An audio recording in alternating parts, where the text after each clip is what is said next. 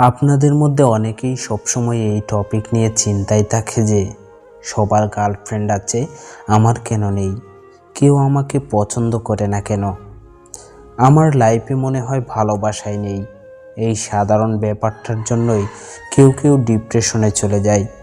সমস্ত কাজ পেলে নিজের লাইফকে আরও খারাপ করে তোলে, কিন্তু এতে চিন্তার কোনো কারণ নেই। আজ আমরা আপনাদের সাথে আলোচনা করব এমনই 6টি সাধারণ ট্রিক্স সম্বন্ধে, যেগুলো ফলো করলেই যে কোনো মেয়ের কাছে আপনি একজন স্পেশাল মানুষ হয়ে উঠবেন। আপনি যদি চান তাহলে অবশ্যই প্রতিবেদনটি শেষ পর্যন্ত শুনুন। Exchange of thoughts. প্রথম সাক্ষাতে সবসময় ভাব বিনিময় করুন, অর্থাৎ হাই, হ্যালো কিংবা গুড মর্নিং এরকম শব্দ দিয়ে কথা বলা শুরু করুন। এই অভ্যাসটি সামনের মানুষের কাছে আপনার স্ট্যাটাস এবং ভদ্রতাকে তুলে ধরে। এটি করার সময় অবশ্যই মুখে একটা সুন্দর হাসি রাখুন। এই অভ্যাসটি আপনার স্মার্টনেসের পরিচয় দেয়। আরও একজন স্মার্ট মানুষকে সব মেয়েকেই পছন্দ করে। Eye contact. আপনার সঙ্গে কোনো মেয়ে কথা বললে তার চোখের দিকে তাকিয়ে তার কথাগুলো শুনুন।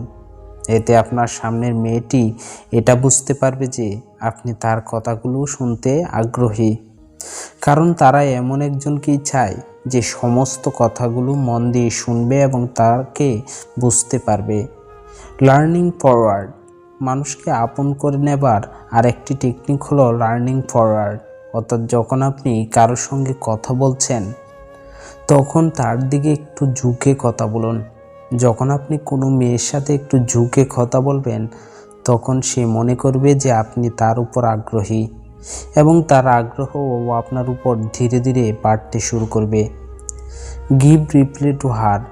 কোনো মেয়ে আপনার সাথে কথা বললে তা অবশ্যই শুনুন, কিন্তু শুধু শুনলেই চলবে না, তার মাঝে মাঝে নিজেরও মতামত জানান।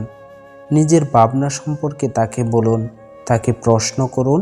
আসল কথা হলো তার কথায় রিপ্লাই করুন, কারণ আপনি যত বেশি রিপ্লাই করবেন ততই আপনার মধ্যে কথা বাড়বে, আর কথা বাড়া মানেই সে আপনাকে বেশি জানবে ও পছন্দ করবে।